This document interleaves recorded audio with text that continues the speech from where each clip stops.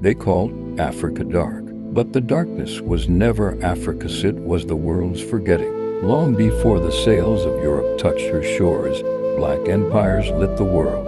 In the desert city of Timbuktu, knowledge was treasure. Libraries overflowed with manuscripts on medicine, astronomy, law, and faith. Scholars debated under moonlight, and students came from across kingdoms to learn. At its height, Timbuktu held more books than most of Europe combined.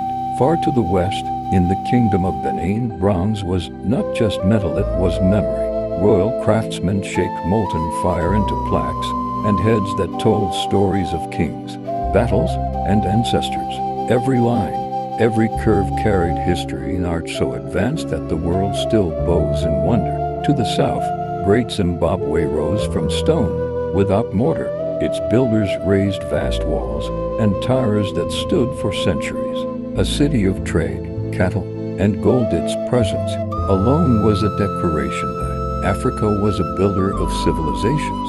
And then came Mansa Musa of Mali, draped in gold, leading caravans that stretched beyond the horizon. He became the richest man in recorded history.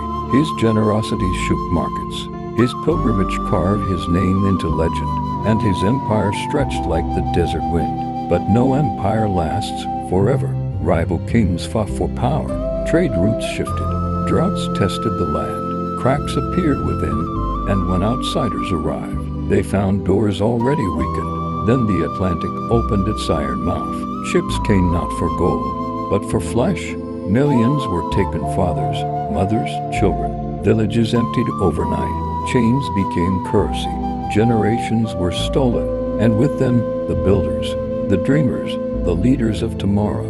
When the slave ships slowed, colonial flags marched. At the Berlin Conference, Europe drew lines across Africa with rulers and ink, cutting through tribes, kingdoms, and families.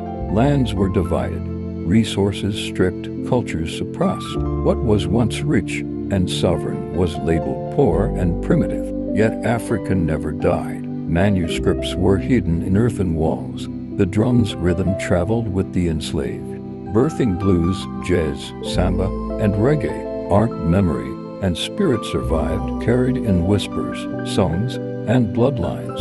And today, the bronzes return, the manuscripts breathe again. Young Africans code new trade routes with satellites and screams. The drumbeat is rising across oceans and generations. The fall of Africa was not the end, it was the bend in the river before dawn. And now, the river flows forward once more. For the full untold story of Black civilizations, join us on Africa Moonlight Tales.